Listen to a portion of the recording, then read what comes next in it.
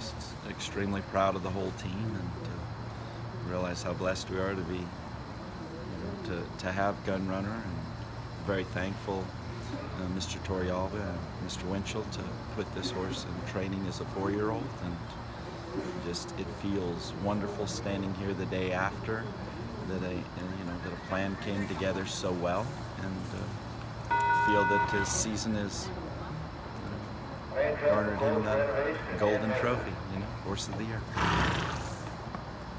Yeah, so you're looking at your your third different horse. Yeah, so very. We've obviously, as mentioned, been very blessed, and obviously very proud of this horse's accomplishments. So watching the race, and you're seeing those fractions, and you knew the plan was to let Gunrunner be who he is, but did your complete confidence that he could keep going ever waver in watching the race when you see those splits? We went by the first time 22. We talked about it. He was away cleanly. He is who he is, and obviously went down to the room and spoke with Florent, earlier in the day about how the track was playing. But let's be who we are. This is how we got here, and the horse was away cleanly. Looked, gorgeous under the wire the first time. 22 and 3 was concerning. Around the turn, lined out down the backside in 46 and 1. That was, I was hoping to get a little bit better break, around the turn than that. Looked up down the backside. You could tell how comfortable he was. I mean, he's got a beautiful stride, beautiful rhythm.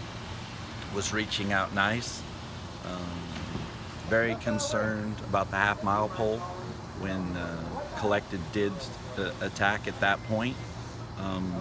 Noticed they got very good separation going into the far turn from the rest of the field, and I think that Collected's attack got Florent to drop his head a bit, but he came into the stretch without any different posture, and felt great from there. You're such a meticulous planner, including putting a Gunrunner saddle towel on him at Churchill so everybody else will stay away from him. You accept the responsibility of this opportunity, and I can't say enough about the personal sacrifice Scott makes, and as well as Gabino and Angel. They've been out here for 6 weeks, and everything that possibly can help Gunrunner be who he is, they've made sure that it has happened, and they deserve a tremendous amount of credit, and they're as proud of him as we all are. When you look at the race, the way it's shaped up, not only was Gunrunner defying the day, but in a way Collected was too. I mean, it was just the two out there for the whole mile and a quarter. Did that make it that much more surprising, or when you look at the two horses, do you look back on it and say, well, that's kind of how it should have gone? I think that's pretty much how it should have gone. We watched. We were aware of Collected's Pacific Classic, which was here. What could be a better measure than a mile and a quarter at the racetrack they're running the Classic at, and I feel that he ran his race. When he got caught up in the quarantine deal in New Orleans, and then they wouldn't let him ship into Florida, what were you thinking then? Were you thinking, this isn't how this is supposed to go, of all the things that could come up? Well, the Pegasus was a great opportunity, but it was not why he was in training this year. The Classic was, and felt that the Razorback at Oaklawn was a very solid plan B, and going to Dubai, me and Scott talked about last night about how what an amazing horse Gunrunner is, and we could have marked his chart in January to this day, and because he shows up, very willing and eager trainer. He accepts it. There's the pressure that we put on him, how much we dialed it up for the Classic with his training, and how he acted this week, knowing what was fixing to happen, separates him. It came together. You know what I mean? We got to erase any wrongs that his He's 0 for 3 at a mile and a quarter, and he's 0 for 2 against Arrogate. And on this stage, when you need to be your best, we were our best, and that was. I'm glad everybody showed up and gave us an opportunity, and I think that the Breeders' Cup here at Del Mar, what a wonderful setting.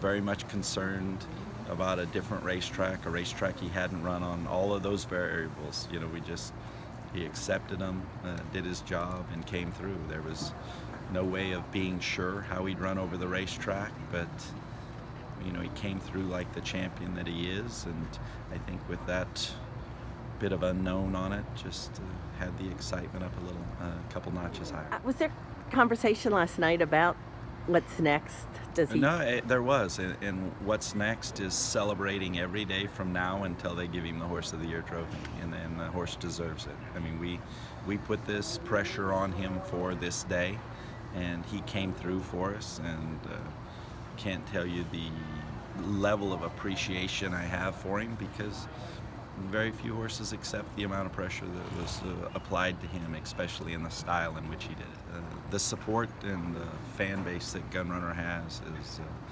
very special, and I'm very proud for all of them, but he came through for him. Everybody that supported him and always knew he could do it and stuff, he came through for us. Will he stay in training in case you're thinking about running at the end of January? Where he is going to fly from here to Three Chimneys. He'll go directly to Three Chimneys, and Davino and Juan and Scott are all going to go with him, and he is going to show at Three Chimneys, and then he will go from there to New Orleans. And you say show like for prospective breeders that want to. Absolutely.